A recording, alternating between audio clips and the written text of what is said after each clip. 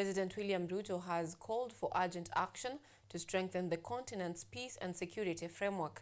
During Africa Union Institutional Reforms meeting, Ruto noted Africa countries are facing unprecedented challenges, including escalating conflicts, terrorism, and rising displacement as leaders from across Africa push for vital reforms in the African Union security architecture.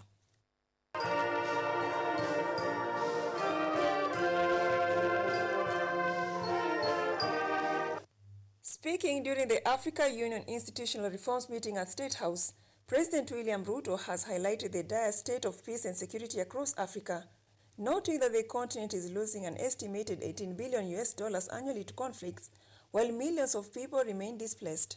The continent is facing unprecedented challenges regarding peace and security. Conflict continues to rob Africa of its potential, costing the continent an estimated $18 billion annually and displacing millions of people. Africa today is home to 35 million internally displaced persons, 8.9 million refugees, 1.1 million asylum seekers, and 1 million stateless people. The president cited alarming statistics revealing that between April and June 2024 alone, Africa experienced over 1,000 terrorism incidents, leading to 4,818 deaths.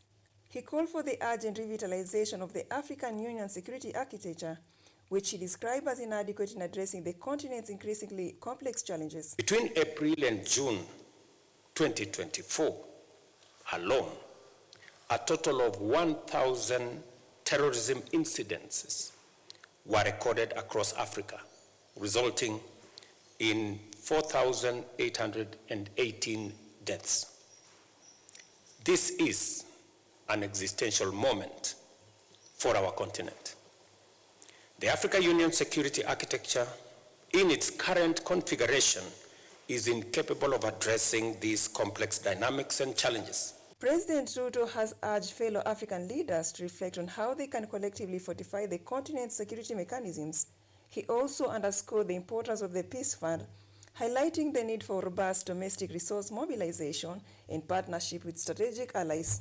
The African Union's presence in regional hotspots remains weak, fragmented, and under-resourced, and urgently needs refreshing in certain cases. As peace is the key precondition for development, it follows, Excellencies, that our continent's developmental goals are being hindered by these destabilizing forces.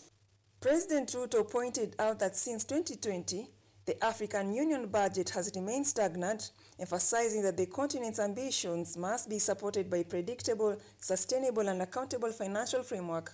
I urge you, my esteemed colleagues, to reflect deeply on how we can further fortify our peace and security architecture. This panel would also assess the feasibility of implementing the UN Security Council Resolution 2719, which offers a viable pathway for financing AU-led, UN-mandated peace support operations through assessed contributions. Ruto urged heads of state to act with urgency, unity, and unwavering resolve to implement the necessary reforms to ensure lasting peace and security for Africa. Brenda Nyongesa, KUTV.